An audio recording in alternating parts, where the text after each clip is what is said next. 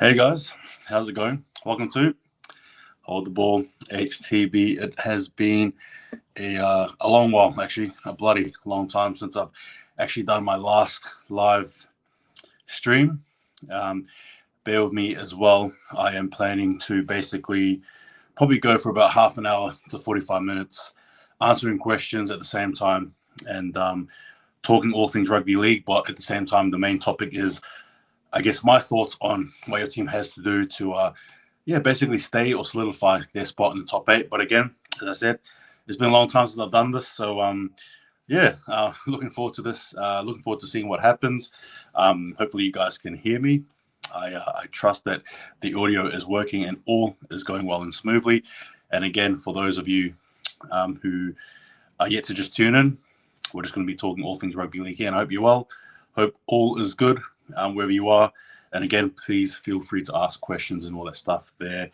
But again, I do hope that the mic is working. So let's sort of get into it before I get into the main focal point, which is basically the top 8 of what your team needs to do. Right? Every team has their strengths and weaknesses. So I basically look at your team's weaknesses, and we just discuss and again mull over them and what they've got to do. But look, things are happening in the rugby league world. From the gaming perspective as well, Rugby League Live 5 is apparently coming up right next year. If you haven't seen, just go look at the videos there. I'm definitely keen as an avid gamer myself. Look, hey guys that are here, Daniel, how you going, man? I'm good, man. How have you been? It's good to see you. Hopefully you guys can hear me. If you can hear me, just let me know. That'll be great. Just confirm it, so to speak. If you can hear me, that'll be cool as. But on top of that as well, again, we're just here to do and talk about all things rugby league. But I guess I may as well just sort of get into it. So just regarding rugby league, a lot of things happening. Obviously, All Stars around the corner. Now we don't know whether it's going to be cancelled or not. I'm not too sure. Hopefully it doesn't. I mean, again, not to get all political here, but you're vaccinated. If you're vaccinated, surely you can play. I don't know. Anyway, I'll just leave that up there. But yeah, the boys there are definitely the teams or the possible selections anyway for the Indigenous team look very good. Jason Saab as well has apparently been added to that squad, and I actually had him in my Indigenous All Stars team. So for him to actually be named there, that is pretty cool. All right. And I just want to get some confirmation too. If you guys can hear me, that'll be great. Just say whether you can or can't. But yeah, the Dolphins as well. The Dolphins are shaping up well for next season. They've got a few key signings, and no doubt there are going to be some more surprises along the way during the NRL season. I guess from your perspective, your different teams, you're probably hoping they don't sign and we'll have to wait and see. Myself as a Warriors fan, I'm a little bit nervous. They may sign some of our players during our during the play-in season, but I'll have to wait and see about that. Besides that, hope all as well. Just again, ask questions on myself. We'll get into it. All right. So basically, I have here pen and paper. Nothing has yet been written. Probably should have done that actually, but hey, I thought I'd probably just go with the flow, and actually just see how we go, what's happening, and just go from there. So basically, guys, this is basically my what your team has to do to basically stay in the top 8 or reach the top 8. So we'll just go from there. And again, for people joining in, welcome. Hope all is well. Thanks again for tuning in. I appreciate it. And again, just quickly, if you haven't done so, please check out my other prior videos. I'm slowly getting back into the swing of things. I'm slowly getting back, so I'm posting more content. My content tends to vary from NRL to CRL, that's the Coastal Rugby League, to NRL, to whatever is basically on my mind. And just quickly as well, guys, I've got my California Rugby League t-shirt here. Just shout out to them. And for those of you who don't know, please go and watch my other private videos regarding CRL, California Rugby League. Awesome as. All right. And welcome, guys. Thanks again for tuning in. So again, I'm going to start onto it. But for those of you who just got here, the main discussion point, the main reason why I'm doing this live is I just want you guys to, or for us to discuss about what different teams need to do to get into the 8, basically. And again, hello, welcome, bonjour. Let's do this. All right. So the first team on the list are the Brisbane Broncos, and we all know the Brisbane Broncos last season. It wasn't great. I still feel though they came strong. They finished off strong. I think in the latter part of the season, they're still missing something. As we look into it, we understand that Adam Reynolds is in. Kurt Capewell is in. Donny Staggs should be likely returning from injury. Payne Haas, in my opinion, is the rock of that team. But as we look into the Broncos, we sort of ask questions of how can they solidify, how can they stay in the top 8?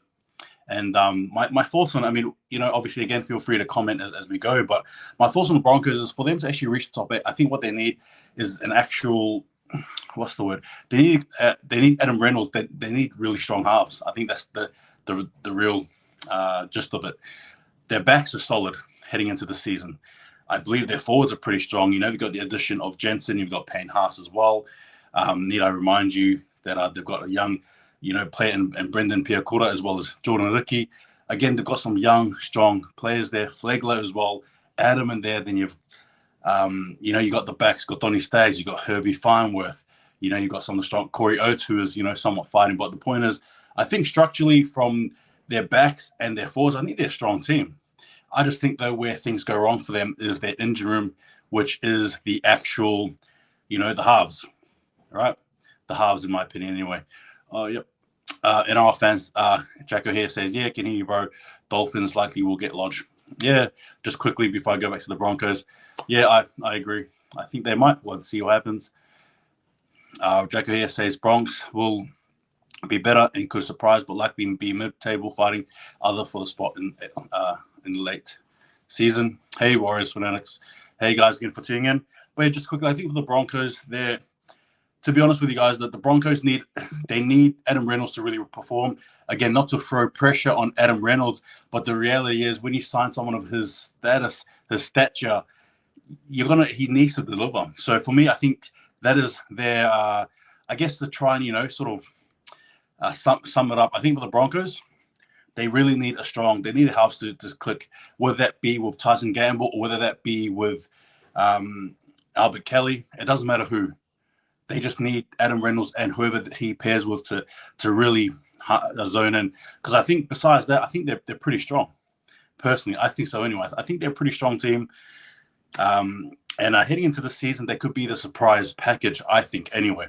But those are my thoughts on it. Feel free to give me your thoughts. All right, we're going to move on to the Raiders now. Canberra Raiders, as we know, they didn't finish strong at all. They sort of, I guess, for me personally, they're probably a prime example of a fall from grace. You don't have to go that far back to realize that they were the NRL finalists against the Roosters. Probably unlucky to lose that finals there, but they weren't too far off from winning it all. And now fast forward a few years later, and there's been a bit of backstage politics. Players and their wives probably not agreeing with the coach. You got players who came heading back to wherever they come from, respectively. And now the Raiders are now left with, I guess, more problems than answers. If you look at this again from a standpoint of what their weaknesses are, I guess for me, it never really was in their halves. I think for me, it was actually probably in their backs more so. I'll get to that just quickly. Hey, fanatics, I'm good, man. How are you? I hope you're doing well, bro. The situation there, and I hope you're healing up well as well. Hope you're resting and drinking a lot of that good old orange juice, which tends to be very helpful during those times. But again, man, it's good to see you here. Appreciate you being here. Appreciate everybody here watching as well. And no, it's good. It's good. And again, all the best positive vibes to you and our fanatics. All right, so yeah, with the Raiders, and I think Jacko here sort of says it well. Raiders are on the slide. This is probably going to be a roller coaster that does not, I guess, have an upslope. This is going to be down and down and down. But I think for me personally, with the Raiders, their weakness is their backs. I think all over the park they're pretty weak, to be fair. But if I was to point to one sort of key reason, I think it's their backs. I don't think they've got enough punch there, really. I mean, even from a defensive end, they seem to get scored on a lot. By that Warriors game, obviously, but we won't go there. They just, for me, I think they're their backs. You've got Jared Croker there as well. He seems to be that player who, you love, but then you almost just think, had to wait and see there. But yeah, for me personally, look, I'm probably not going to do them justice really, but I think for the Raiders, it's going to have to be their backs. They want to do some shuffling there. You've got Sebastian Chris, you've got Timoko, you've got Rapana. Things are happening there, but again, what happens? All right. Oh, Jacko here's but yeah, okay. KJH Sports. In my opinion, Broncos have the team to make. Yeah, absolutely. I agree with you, KJH. I do. I see that. Look, it's if the Broncos made the 8, I wouldn't be surprised. I probably wouldn't be surprised myself. That's all I'm going to say. If they did not make the 8, I wouldn't be surprised either. But if they did crash and burn in the bottom 4, I'd be very surprised. They've got a team here with experience and enough gusto, to definitely make the 8. No doubt about it, for sure. I definitely agree. All right, yep, boys are just talking. Awesome as. Okay. Fanatic says, I don't trust the Raiders, to be honest. I had them in my top 4 last year. I much like Jacko has said, Fanatics, I agree with him too. I'm sure you probably know it as well. They're definitely on the slide, and this is not an upslope roller coaster. All right, we're going to go to the Bulldogs, and the Bulldogs, very, very famous, right? I think they're probably arguably the most famous team heading into this season, primarily because of their signings. Bangai, Burton, Ero Carr, it's the $1 Million Boys Club. It's a team that's quite rich in terms of names.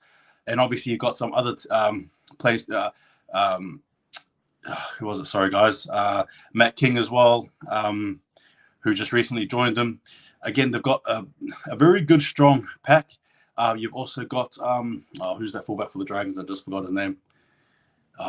If you guys can remind me, that'd be great. I just forgot his name there. But anyway, the point is the Bulldogs have a very strong core. Now, for me, Bulldogs are interesting because they're going to probably be one of those teams where you think, can money buy you premierships? You know what I mean? Like, that's sort of the category they fall under.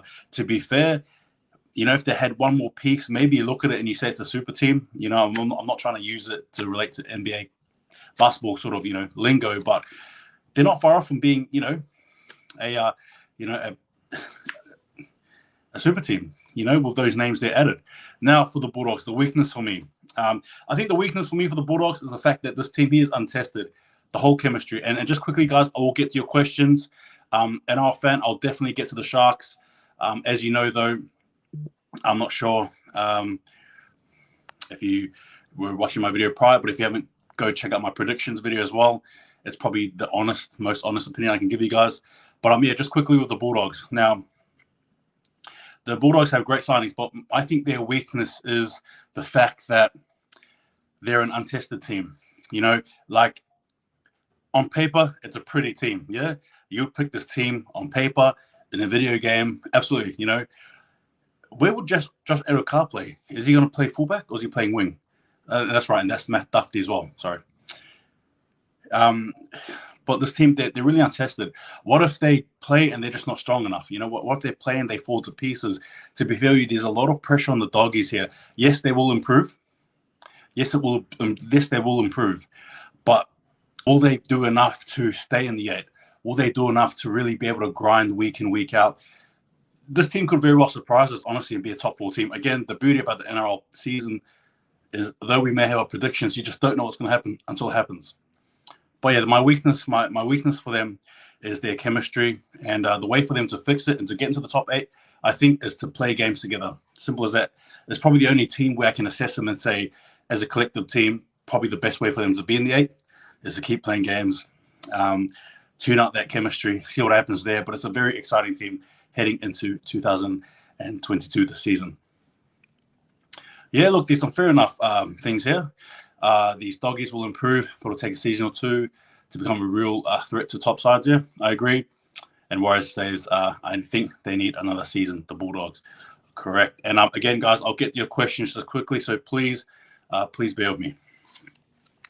Number 4, we go to the Sharks. Now, the Sharks here, I actually, and if you guys haven't done so, go check out my videos, but I actually have them ranked very high for the end of the season this year. Looking at them, they've got some good signings. Probably one that's flown under the radar for some of you guys is Matt Ikovalu. Used to play for the Roosters. Former championship as well, premiership winner as well himself. He's been there before. He's a good signing for the Sharks. They'll definitely need him for stability. experience, and he's a tough player as well. I do believe he's about, 27 years of age? I think 27, 28. So you're going to get a bit of the age, but at the same time, you've got the experience there coming from the Roosters system. Sorry, you can't go wrong. They got Finucane, Nico Hines, mind you, and Cameron McInnes. You know what I mean? Those are very key marquee signings, particularly the three I've just mentioned. Now for the Sharks. I think, honestly, their improvement for them, I think, is going to be trying to see how their halves go, particularly with Matty Moylan. Wondering if he's going to steer the ship or not. Obviously, you got Trindle, you got Teach Wilton potentially. What's going to sort of happen? I think for them, it's going to be from the halves. If Nico Hines can perform, I think they'll go far. To be honest with you guys, much like the Broncos signing, I do believe that Nico Hines has been placed at the Sharks to steer them. He has been placed there to actually bring a premiership, and obviously it goes without saying that's the obvious thing, but I mean, there's a lot of pressure on him. I think, anyway, from my perspective, I think there's a lot of pressure on Nico Hines to deliver. Maybe not this season, but at the same time, hey, he comes from that Storm system. Let's be fair now. He's a decent player. What's stopping him from reaching that next level? Nothing. So anyway, I think the weakness for the Sharks, for me personally, is the health of their halves, particularly Matty Moylan. Them being healthy. I think overall, though, the Sharks are strong. I think defensively, watch them. I think the Sharks defensively are going to be a hard team to penetrate. That is just my opinion. But yeah, I think for me, the Sharks got to get strong and healthy in the halves. Got to get Nico Hines working well in the halves. Obviously, it's a position he wants to play. He's got to really excel there in order for the Sharks to get in the 8. Number 5 we have here are the Titans. And look, I'm just going to probably quickly go over them. They're a strong, young, fast team. On paper, pretty awesome as to look at. It's a team that I think can do a lot of damage heading into 2022. However, my personal opinion, their weakness for them, I think, is it's not. I don't think it's well. I think actually it's their backs. It comes down to their backs. I think they've got a very weak back line. Obviously, you've got Sammy there. You've got Brian Kelly, and again, great players. But I just don't think the Titans are really strong in the back line especially. I think that may be the breaking point for them. If they can switch it up and get if their players can sort of find a bit of form in the back line, they'll be great. Obviously, Patrick Herbert comes to mind. I'm not going to go over what happened there, but you get what I mean. I think their weakness when push comes to shove, the Titans need to really improve in their backs. Let's not worry about their forwards. Fasua Maliawi, Fifita. Let's not worry about them. You got Isaac Liu as well in the mix. You got some very key players who have come in, who are in the squad. They can do a lot of damage. Lysone is one of them. Proctor. You know? You got Jared Wallace. Again, great key players who can definitely produce the goods. But I just think for the Titans, their backs are their weakness. I think anyway, similar to the Raiders, they've got to sort of sort that out. And then we'll just go from there. But yeah, for me, the Titans, the weakness. All right, guys, I'm going to just read through some comments here quickly, and I'll go and carry on. Yeah, and just quickly as well, obviously the Warriors had, Adam Fanor Blake re-signed, which was good to see. All right, can you just quickly predict where Sharks will end up next year, please? Next year or this year, in our fan? Yeah, okay. KJH asks me, who is your 2022 Wooden Spooners? The Cowboys. Nah, I'm kidding. The Wooden Spooners. Look, realistically, the Wooden Spooners for me, I think I can't go past the oh man, and I don't like saying this, you know, the Tigers. I can't go past the Tigers actually for mine. I just know. I don't know if the Tigers or the Dragons, you know, like it's not looking great. Hey, look, if I thought it would be the Warriors, I'll say the Warriors. Do you want to see the guys? If I generally thought, but I don't think so. But I think it's going to be like Tigers or Dragons. Anyway. All right, sweet. Just quickly here. Warriors wants to do a collab. Yeah, absolutely we will, man. We will do another collaboration. Don't you worry about it, man. Tell me your time and date, man. You know me, bro. All right. So, number 6, we have the Sea Eagles. All right, so where are the Sea Eagles and where they're weak at? Okay, so in order for the Sea Eagles to be in the top 8, I think their weakness for me, personally, from my observations watching them play, I don't think it was more the halves, and I think their forwards were, I think the forwards are okay. Funny enough, it was actually their backs, and not Tom Trbojevic per se, but I think it was some of their centers. I think in particular. Defensively, that team can lapse really bad from the back line. Obviously, their defense up front, up in the forwards, is pretty good. It's pretty tight. They know what they're doing. But I think out wide, if you can strike them well, you can actually sort of damage them really bad, and some teams did. That's what. Oh yeah, Jacko here. Nick from Cowboys says. Nick from Australia says Warriors will get spoon, but want to take a decent bet on that. You know, I reckon I'll be gutsy and bet the Cowboys to get the spoon. What do you reckon? See how we go there. No, look, it's all done in jest. But no, just quickly, for me, I think it's their centers in particular that's a weakness there. I don't think the halves were too bad. I think really it is centers. Defensively, laps there. Perhaps defensively from their, the backs end, if the Manly can be tighter there, I think they'll be better. They'll be better, and could probably serve them well heading into the season. I expect them to be up there, actually, and I would not be surprised if Manly win. I don't have them as smoky per se. They were last season. They didn't do that. I think I've got another team in mind to be a smoky to win it. I won't say anything yet, though. But yeah, that's mine for Manly. All right, the Storm. What weaknesses do you find in a team that's basically built of artificial intelligence that you cannot defeat? The IQ of 100 plus, each player. Look, up and down the park, they're brilliant. I don't like saying this, and you guys know this. If you know me, it's well documented. I do not like the Storm. I actually more than dislike them. I'm not going to say that word, though, here, But you get what I mean. Look, for the Storm. Maybe working out their hooker's position, I reckon. Give me your thoughts on that. Again, give me your thoughts on these things that I'm saying, by the way, please. But I think for the Storm, maybe their hooking position, trying to mix and match that role there between, Grant and Brandon Smith. I think so. And then obviously, they've got more now potentially the backs, but I think their backs will be stronger. Xavier Coates comes in. This dude's going to be like the next Israel Folau, for the Storm, the next GI. I think for me that's their weakness.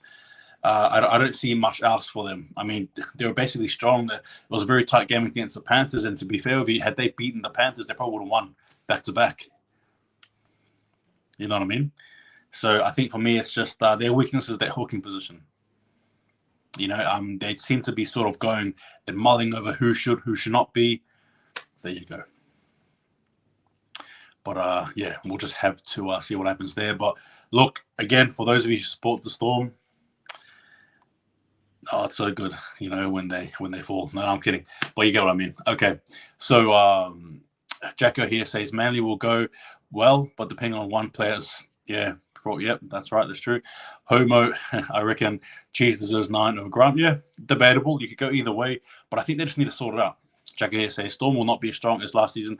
There seems to be some internal strife as they look ahead to losing good players at the season's end. You know what? That is music to my ears. I need more of that. Anyway, all jokes aside. All right, number 8. So we go with this team here. Yes, it's a team that I love and hate at the same time. Tears of joy and tears of anger, all that jazz, sadness as well. The Warriors. All right, so with the Warriors, we head into the season here, 2022. Again, I want to make it quick and fast. I don't want to mull over them. But the Warriors, I think their weakness, for me personally, again, observing them, is I think the Warriors punch up front. The reliance on 1 to 2 players to punch it up the middle. That's what I think. When Adam Fanor-Blake is your go-to and Matt Lodge, and then when they're away, things start to crumble. It's not great. Obviously, the addition of Aaron Penne and Bunty Alfor saying that he's going to change his game bodes well, but whether it translates on the field is yet to be seen. And again, I want the Warriors to do well, but that's my own opinion. Obviously, look, I understand that I've got a lot of majority Warriors fans here, so please feel free to give me your opinion there, but that is just mine. I think for the Warriors, they just need more punch up the middle in order to stay in the 8. Defensively, look, it's always going to be lapses there, but who hasn't? But I think the real thing is with our team, to have that punch forward, to have players who really want to try and earn meters, because some of those stats, particularly some of our forwards, particularly when Fonua Blake and Lodge were eating up all the meters, wasn't great. So I think for us, in order to stay in the 8, our weakness, we need more of that punch in the middle. Go back to that Warriors footy that we all love. Punch up the middle, keep going from there. But yeah, obviously, look, some great additions, right? Sean Johnson, what's he going to bring? I could look at him in his health and talk about all that stuff there, but I'm not going to. Warriors, that's done there. Number 9, we go to the Knights, and look, obviously Mitchell Pearce, as you guys know or don't know, no longer plays for the Knights now. He has gone over to Catalan in Catalan Dragons over in France, Francais, Papillon, and he leaves a big void, a big gap. So Mitchell Pearce as well, with him being gone, I sort of look again to the, to the halves now primarily. I think will be the weakness there. I think that'll be the weakness there. Jake Clifford and Adam Clune together, that to me spells a whole heap of unknown. It's not the strongest pair of halves at all. And even on their day, will they really do much damage? And I'm not trying to be offensive here. I'm being genuine right now. Will Jake Clifford and Adam Clune on their day with Ponga as the main strike weapon, obviously, will they even do much? You got Bradman Best there. The forwards are great. You got the Saifiti brothers, the Smash Bros, as I call them. You got Clemmer, Tyson Frizzell. You got Lachlan Fitzgibbon. You've got some really strong. You got Paulo as well. You've got a whole heap of players there who can do damage from the forwards. But again, will all the effort and stuff come to null and void when their halves can't do much? And again, for me, that's the weakness they need to sort out, is the effectiveness of their halves. Yeah. All right. Hey, Tris, man. It's been a while, dude. What's up, HTB? Hope all is well, bro. Good to see you doing QnA. Yeah. Thanks, man. I appreciate it. I'm back. We'll sort of work from here and go from there. But no, man, appreciate it. All right. NR fan. March 2022, later prediction, part 2. 8 Titans, Panthers, Eels, Rabbits, Sharks, Storm, Manly, Roosters. Okay, so you reckon the Panthers drop off? Okay, no, that's a fair point. We'll see. How was it? Yeah, yes, that's right. Yes, and Brayley is as well out. That's a big one there. So already their spine is, yeah, that's right. That is a good point there, Jacko. So yeah, that's right. I think overall their spine and their halves combo, I don't know. Like, they need to fix it up, because I'm actually pretty concerned. If I'm a Knights fan, I'm concerned. What are they going to do?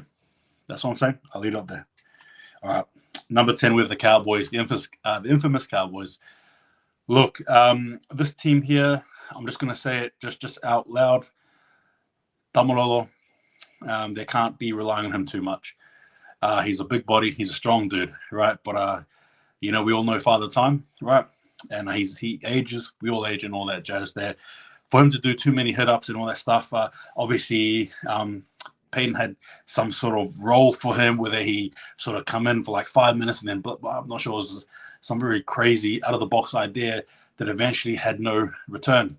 And obviously things went back and so on and so forth. But I think for me personally, Tamalolo as well as Valentine Holmes do hold the key to them moving forward. And by that, I mean, obviously, they're marquee players, but their roles do play such a significant role. Valentine Holmes as well, to me personally, has been underperforming for a few years, or since he's come back. And on top of that as well, Tamalolo, again, you can't keep using him as a tank when the tank is empty. There got to be some other players stepping up. So for me, again, the weakness for them is probably the heavy reliance on some key players. Maybe if those key players, maybe they could spread the load a bit more. Maybe that'll work. And I'm not taking anything away from the Cowboys. I do believe structurally they're a pretty decent team. When you got Hamisio Tabuai-Fidow in there, it's pretty good there. And probably even the halves. Look, I'm not going to touch on that too much. You got Townsend there. It's all going well. But again, I think more so than that, Valentine Holmes, Tamalolo, what can they do? I think for me, that's probably where I'm coming from looking at it, is what can they do for their team? What can they do for the Cowboys? Obviously, again, we got the halves there and all that stuff, and they've got exciting young forwards coming in. Griffin Neem is another one, up the Kiwis. But, what do they do? How do they, if they can fix that, maybe they'll stay in the, I don't know. But yeah, it's going to be pretty tough. I'm just going to read some comments here. HTT, out of the first 6 Warriors games, how much we're winning? Bro, we are winning 1. Nah, jokes. Look, dude, man, I don't even want to go there yet. I know round 1's against the Dragons, dude, so I'm just hoping and praying we win that. Obviously, there's a lot said about winning your first game, of the season. In any sport, it's so important to win your first game. Do you, sort of hide when you don't? No, but it's always good to win your first game. Well, versing, look, I'll give you guys my thoughts on it in a later video, later time. But yeah, I think the first game is probably the most important one. I just want to focus and harness on that, and I'll give you guys my thoughts on that when we get there. All right, Jacko here says, Cows will toughen up a bit with Peyton demanding more backbone, but will struggle. Why the signed journeyman Townsend on a big 3-year contract is a mystery to me. Yeah, look, my thoughts on that one there, particularly what he, particularly what he gave us on that small little contract we gave him, but a big 3-year contract. The only winner here is Chad Townsend. Good on him, man. But again, we can't take away the fact that he is a premiership winner. He, on his day, can deliver the goods, but at this age, with his body, can he? 3 years. Hey, not my team. All right. Eels. Okay, so the Eels. Yeah, look, the Eels, they're interesting to me. A team that has enough to just go home and, take it home, but not enough to really solidify anything, if that makes sense. So they can sort of walk there. They can go to the park, but they sort of just stand still. They have what many teams, even myself as Warriors fans, would love to see. That's consistency. That's being able to make the 8 on a regular basis. Again, let's not, forget that you don't have to go too far back to know that there were wooden spooners and back-to-back at 1.2. But they've done so well to pull themselves out of the grave and to really solidify themselves as a top 8 team. Now, whether it happens this year or not remains to be unseen, but I'm sure many people have counted them out the last couple of years, and they've still managed to be there. But yeah, we'll have to wait and see. But yes, just quickly, the Eels. Their weakness for me, I think overall, I think, man, this is crazy. I think Clint Gutherson potentially, and the halves is a weakness. Maybe their spine. You got Reed Marnie there, who's moving to the Reed Marnie moving away from the Eels to the Bulldogs is criminal. Criminal. Azir Papali'i, criminal. All right? Literally 2 players that almost any team would want. Dolphins as well. And yet they're going. Criminal activity. The Eels, criminal activity. That's all I'm saying. And again, that's no offense to anyone who loves the Eels. Dude, but when you have Reed Marnie and Azir Papali'i in your team and you don't even sign them or don't even try to pull them in, oh, dude, that's insane. Again, insane. But yeah, I think for the Eels, their weakness for me heading into this is their spine, particularly Clint Gutherson. I'm not taking anything away from him, all right? So I'm not trying to say anything bad there, but I'm just trying to say with Clint Gutherson, potentially him there could be the weakness. Obviously, you got the halves there, but I think primarily it all sort of links up there. Their spine, to me, is their weakness. Can they fix it up? They can, and if they do, I think they're definitely a chance to be a top 4 team. Until then, I think we're going to continue to see them lavish, in the 6 to 8 spot. That's what I think anyway. Just reading some comments here. Yeah, Dragons definitely good first round game despite their signings. Definitely good test. Yeah, Townsend won a premiership playing behind a fantastic pack, and even then without Feta, they lose. Yeah, I agree. Jon Snow, cool name. Hopefully, Townsend gives the young halves direction and gives them a little wisdom. Yeah, for sure. And that's right. Experience is something money can't buy. Right. So again, with a lot of these veteran signings, quote unquote veteran in the sporting world, to me is anyone that's above probably 27 years old. I think, that's old in sporting lingo.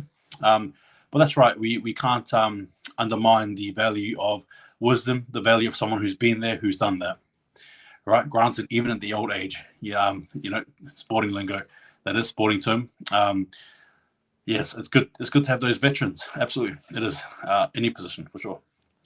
Jacko here. Brown needs to earn his contract for Eels. He's been extremely disappointing. Yeah, I agree. And I mentioned before, collectively, the Eels, their spine, Mitchell Moses to even Dylan Brown, not great. I'm not even sure where Dylan Brown's future is going to be. Thankfully, we'll just have to wait and see, I guess. All right, cool stuff. Cool stuff says, any signings you can see happening in the future? I think there's going to be a few players going to the Dolphins during the season. Matt Lodge, I think, is a very highly touted one. It's almost guaranteed. I think, and I think Adam Whanua's Blake signing probably confirms that even more. It was actually a big deal, like big signing, a couple of years. So we'll have to wait and see there. But yeah, and I think maybe, yeah, we'll just have to wait and see, but I think there'll be some. All right, nearly there, guys. So we got the Penrith Panthers. Penrith Panthers, again, what do you say to a team? What do you say about a team that has won a premiership last season? Okay, so for me, what they've got to do to be in the 8. So for me, what the Penrith Panthers need to do, they've been so good in everywhere else, but I think one thing in particular, I think is Jerome Luai. I think he needs to step his game up. He needs to be more consistent as a 5'8" to Nathan Cleary. Nathan Cleary is such a brilliant player. I don't want to keep going and singing him praises, but you get what I mean. He's such a raw, exciting, brilliant talent. Luai, on the other hand, and I'm not trying to say that he's not, but I just feel like for me, he has been more inconsistent. And again, he himself said it. So it's not like I'm, throwing things at him. He said himself. But I do believe that if Luai came into the season more focused, it's a different team altogether. You know what I mean? Luai playing, if Luai played how he did like in Origin 1 or 2, it's over. Penrith Panthers go back to back. Guaranteed. I just think that team overall is good. Defensively, the Panthers are great. Offensively, they're great. Their wings, right down to their fullback, to their props, dude, they're untouchable. They're a unit. And granted, Matt Burton, Paul Moborowski, they're gone, and Naden as well. But I just feel for myself that Penrith Panthers just have such a brilliant, bright future. They've got a very good nursery regarding their juniors coming through the ranks. They'll be all right. But yeah, for me, Jerome Luai. Rabbitohs. This one here is funny. Rabbitohs, obviously, last year's grand finalists, unlucky to lose that game. In my opinion, though, I'll just say this, and I'll keep saying this. Had Latrell Mitchell played that game, Rabbitohs win that game. That's the hill I'm ready to die on. Latrell Mitchell plays that game, they win. End of story. But going into this year, what is the weakness? For me, it's their halves. Obviously, if someone as big as Adam Reynolds gone, the big shoes to fill. Ironic because Adam Reynolds not a big guy, but you get what I mean from a figurative point of view. What a player to try and fill in for. So Rabbitohs now look into the future with Cody, Cody Walker, in the halves, and they've got either Blake Taaffe or Elias, and I forgot his first name, so my apologies there, but Elias as well. So we're gonna have to sort of see. For me, that's where the weakness is. Latrell Mitchell, he'll be superb. I expect him to be probably at his best this season. I think Latrell Mitchell is going to come back hungry and better than ever. I think this is the season where we see more from him, not only from a Rabbitoh standpoint, but from a rep standpoint as well. I think Latrell Mitchell is going to be absolutely just a sensation to watch. But in saying that, just regarding the weaknesses for the Rabbitohs, it's going to be that test between Cody Walker and either Taaffe or Elias. They've got a very weak halves pairing now. Obviously, again, like I said, Adam Reynolds gone. Dude, it's big shoes to fill. Let's not make that a weak statement. Sorry. From their backs, though, however, pretty strong. Their forwards are tough. Kolomatangi, Murray, Jai Arrow, Nichols. Man, just what a the dollar. Just wow. They're very strong. But yeah, again, the halves have to wait and see what happens there. All right, Jackie here. Panthers have lost a couple of key players. They will certainly be in the 8, but likely not the 4-1, although their defense is excellent. Look, I can see what you mean there. Obviously, yeah, those names that are out definitely does hurt them a little bit. But in saying that, I think that's the point where we got to see if Panthers are the real deal, right? they're now the defenders. Can they hold again and defend again? So yeah, that's a good point. John Snow, concerning the NARL, what happened to the old comp with the likes of Jacksonville, Axman? All right, so just quickly as well, guys, that's a good question regarding the NARL. For those of you who don't know, NARL is the North American Rugby League, and so they are back. If you guys haven't done so, please go check out my prior video. But they're back now with 6 teams. It was 8, or even prior to that, it was actually a few more. But there was a bit of disagreement. I'm not too sure what happened there, but some of the teams there, like New York Freedom, Boston 13s, Brooklyn Kings, there was disagreement there, and they fell off, basically. Other teams that were involved, I do believe, due to COVID things and all that stuff there, COVID stuffed them up. But I'm saying that May 21, get ready. NARL is back on, and I'll be covering it. I'll be giving guys my thoughts and predictions and all that stuff there. Check my other prior video as well. Like I said, got all the stuff there regarding NARL. All right, and just a G4 Warriors top 6. Don't do this to me, man. Do not do this to me. Don't ever do that to me again with the Warriors top 6. You get my hopes up, man. All right, so number 14, we got the Dragons. All right, so basically, guys, for those of you guys who are not aware, I'm doing a video here with the main topic of what your team needs to do to get into the top 8, where we will be basically analyzing your team's weaknesses. Nearly done now. So I've got the Dragons, and after that, I've got 2 more teams. The Dragons are a funny one. They have recruited a lot of veteran players, from Aaron Woods to Moses Mabie. Jaden Sutter, obviously not old, but you get what I mean. Jaden Sutter, Moses Suli. So they've recruited well in regards to experience. It's going to be funny to see how this team really goes. I think for me, their weakness, I think, is with Dalau Amon as well, steering the ship with him and Ben Hunt.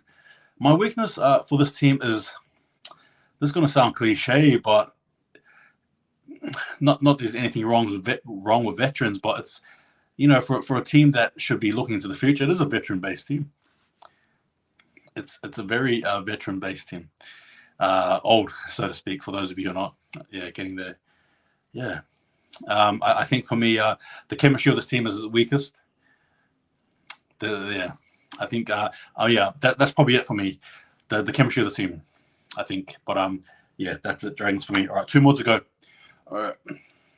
Ash Taylor for breakout year. You know what that happens when players. Yeah, look, if you guys don't know, I'm a massive advocate for Ash Taylor being in the house pairing with Sean Johnson for this year. I definitely am a fan of it personally. All right, so UnA, Ken and Josh Curran at second row. Yeah, love that one. Jacko here. Hal G, hope you're all right, but well, after last decade, who knows? Yeah, unfortunately, with the Warriors, it is a bit of an issue there. And Warriors Fanatics says, Dragons can make the finals. I don't get why some people have them done that. If it weren't for the barbecue incident, they make the finals last year. Look, that's a fair enough assessment. I can see what you mean. You know, granted, they do have some solid players there. Let's not forget Lomax as well in the mix. You know, you've got Ben Hunt is there as well, McCulloch. So, yeah, maybe the veterans mixed with the youth could be actually a better sort of a chemistry than what I think. But for me personally, I don't have them in the 8. However, like I said, with all things NRL, you just have to wait and see. And I think that's the beauty of it. All right, so the Roosters. What do we say about the Roosters? All right, I think for me, the thing that the Roosters need to do in order to actually be in the 8 heading into this season is, and again, a lot easier said than done, but for them not get injured. I'm telling you now, if the Roosters don't get injured last season, they're definitely in the top mix there for sure. Grant, I'm not saying that they win, but they're definitely in the top. This season here, the Roosters to me have every ounce of making it, winning it than like any other team. And let's not even talk about next year, man. That key signing, Brandon Smith, bro, that's a beauty. That's a beautiful signing there for the Roosters. But I think for me again, Sam Walker played so brilliantly. You know, though he didn't get to play along Luke Carey and all that stuff there, the fact that he was able to grow his own game and develop himself as his own player, I think worked wonders. And believe it or not, was probably a blessing in disguise for them. Was a blessing in disguise. Sam Walker actually got a chance to be in that system and play. And to be fair, he actually carried them a few times at such a young age. The Roosters, as per usual, seem to find gold where others only find dust and ashes. So again, what a great sort of problem to have, really, is if the only issue is to not get injured, man, I think that says a lot about the team. But yeah, that's right. The sombrero is pretty big. But in saying that, the NRL love to turn a blind eye to it. No, all jokes aside. But that's it for me. They're strong from the backs. I mean, you can't fault their backs from Tedesco to the ball. Yeah, they've got Kevin Nagama as well, who's coming, a veteran, but he's been there before. It's, dude. Then their forwards, you've got Taukei'aho, Tupou Niwa, Angus Crichton. Then they've got the additions as well from the Bulldogs. I forgot his name. Bugging me. Far out. And Tony.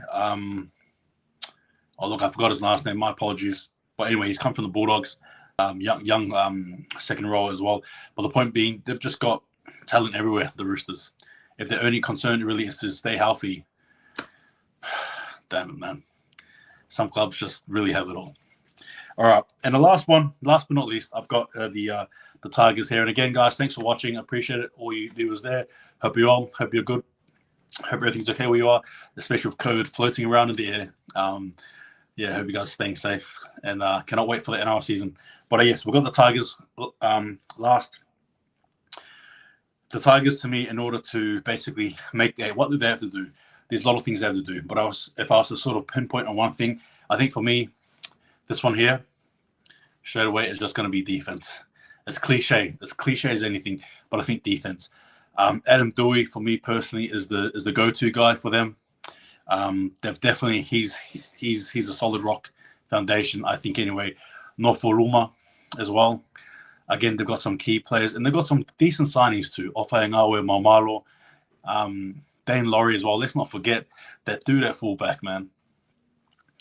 Their offense for them will click. It'll click. I think, if things actually happened and went well for them, I think, look, they've got probably one of the best strike weapons or striking teams in the comp, I think.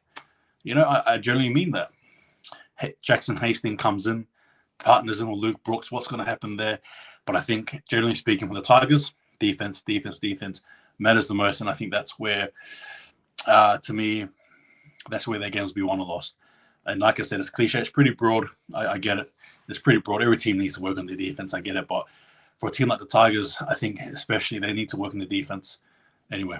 But look, guys, I'm not saying I'm going yet, but that is my top 16 done. Feel free to comment whether you agree, disagree, all that stuff there. But I'm going to read the comments now, and then we're just going to basically talk until probably 1 hour, and then I'll sign off. All right. So, all right. Jackie says, Dragons will struggle to many new signings, average players, plus a conservative coach. They'll struggle to score points. Yeah, that's a good point there. Look, it's based on those reasons why, those reasons that you gave are prime examples as to why I don't think the Dragons make the 8. But like I said, hey, on the other side of the coin, could veterans plus youth create some sort of unique dynamic there that works for the Dragons? Probably not. No, I'm kidding. I don't know. Just wait and see. All right. Roosters have no salary cap, so they should win. Roosters are basically like a video game, eh? You can put any player you want there, man, and it's okay. All right, Chookies will win the comp unless injury. And I personally will live by that statement of the Roosters. If they're fit and healthy, they're winning it. I genuinely believe that. Well, if they're not, they're definitely in the top 3. They're definitely in the mix for sure. I think they will be tough to beat the Roosters. They will. All right. The fact is, Chookies obey the cap, but have great third-party deals, and it's those third-party deals, you know what I mean, that make the world go around. I thought Taukei'aho was left for Super League. No, not yet. Not yet. I believe Taukei'aho is still here until next season. My understanding is that he has 1 more year here. Can't wait for Gipple Twins. And I thought, look, it's great. And I cannot wait for the Gipple Twins to play. And yes, Latuva as well. Be great. Tigers will need several other teams to underperform to have any chance of making the 8. Well, I can count some. No. Okay. The Wild's New Jersey's looking fresh. Yeah, I like the Puma, although I probably would have put the Puma in the middle as opposed to the side. You know what I mean? Just make it like normal. But anyway, yeah. Hastings Brooks go well. John Snow says, Indigenous game coming up should be fire. Yeah, for sure. For sure. I'm looking forward to that game. The Indigenous versus the Māori is great. I also think at the same time, now I'm going to make a video on this. It's going to be my pick for like a, for like a Pacifica team, right? In our Pacifica team, All-Stars team, just go from there as well. But I think it's great. I'm looking forward to it. That is the 12th of Feb. Or was it 14th? No, 12th Feb. Should be awesome as. Looking forward to it. My pick for me to who wins, I don't know. It's really hard to pick between these two teams because there's so much passion, fire, exuberance, love, and joy. So it's always very tough to pick who's going to win. But in saying that, whoever does, I think our rugby league wins at the end of the day. That old cliche comes around every time. All right. Got any new Warriors merchandise coming? Look, I will be buying some, definitely. And I'm also going to be buying some as well leading into the Brisbane Magic round as well. So I'm hoping to see some of you guys there. It'll be good as. I'm looking forward to wearing my gear, but at the same time, meeting you guys as well. Hopefully we don't need to wear any masks because that'll be really crap. But yeah, for me, definitely looking forward. Yeah, I'm going to buy a few. I'm looking forward to seeing the Warriors' other jersey as well. I might pounce onto that one. Yeah. Who got an All-Stars match? Yeah, look, if I was to pick, say, for example, 5 players from the Māoris and the Indigenous, off the top of my head right now, I'll go first. I'll just do it. So Indigenous, I've got Latrell Mitchell, Josh Curran, I've got Jason Saab, Josh Adokar, and I've also got Chris Smith as well. That's what I have for the Māori. And this one's going to be controversial because I think this guy here is probably going to be in the same boat as Dane Gagai, but I've got Reece Walsh. I've got Jordan Ricky. I've got probably Patrick Herbert, probably Jerome Luai, and I've probably got who's the last one? Look, I can pick either one. I reckon I'll go with probably Jared White-Hargreaves. But yeah, that'll be like just off the top of my head, some players I'll pick. But it's gonna be a pretty good match, man. We're gonna see a lot of brutality for sure. All right, can't wait to see brother Curran go against or play in the Aboriginal. Yeah, for sure. I actually really like, and again, side note as well, I think it's pretty cool how, it's awesome as how people, play for their, place of origin, all that stuff. It's awesome as. All right. You think Josh Curran and QnA will make State of Origin debut? Look, just quickly, just off the top of my head with this one here, I think Josh Curran has a better chance of making it than QnA can. That is my opinion there. Josh Curran needs to fix a few things as a player, I think, in the field to make that thing. There was probably a time last season where he actually played, I think, about 3 to 4 really good games that could have solidified push for that rep jersey. But in saying that as well, at the same time, it's that word that we all like and hate at the same time. It's called consistency, and he needs to really, I think, in my opinion anyway, show that out in spades. But look, in saying that, it's a very tough Blues team to crack, to be honest with you guys. All right. Favorite Warriors player of all time. I love Mannery, so underrated. Look, if I have a lot. Mine, too much to choose for. I can just remember as a kid back in New Zealand, mucking around with the lads. You'll say you're this player, you're that player. But for me, probably my favorite of all time, it has to be either I can't choose between the two, but it's Simon Mannering and Manu Vatuvei, basically for me. That's right. G4 Latrell Spinner, he can't play along with Ross. Yes. I forget that. I thought. Just quickly then, if they're counted as games that they can't play in, does that count as a game that towards suspension? Anyway, Michael Luck. Yeah, Michael Luck was he was. I love Michael Luck too. Watching him as a kid, he would tackle his heart out, but I was not a fan of running of the ball. He used to get bashed around quite a bit. Indigenous team. Hines. They got a plethora of talent. All right. George Ball, can't wait for the season to start. Shout out from Melbourne, up the Warriors. I'll be heading out to the trial game against the Storm. Yes, hopefully you enjoy that one there, George. Model. All right, G4 Maloney is my favorite player of all time. Such a underrated GOAT. Yeah, for sure. And then awesome as, yeah, well, cool. All right, and just quickly as well, guys, before I scoot off, yeah, look, I'm just a rugby league guy who's into it. If you guys haven't noticed, I'm also wearing a California Rugby League t-shirt. I'm looking forward to them and what they're doing heading into the future. But yeah, I'm just a rugby league guy who basically does rugby league content. I'm actually looking forward to this year in particular. For you guys who don't know what I do a lot of tips, and I also have 90% of the time a Warriors reaction video basically to their win or loss. It is pretty raw. It can get pretty funny. Some people love it. But it's just raw emotion, basically. That's what I sort of do. And I love the game rugby league in Australia, New Zealand, and America, and over in Europe, basically. But I'll just quickly read some of these comments here. Yeah, Locke got 300 plus stitches playing for the Warriors. Yeah, he did. And you know what? Just an absolute hard man. And if we had more players like him, we would be in the 8. I'm going to say it right now. Like I said, when I was a young fella, I used to love Michael Locke. You know, always had the infamous, you know, the strap around the head. You know, and yeah, it's awesome as the bandage. I'll have to go with Kevin Locke.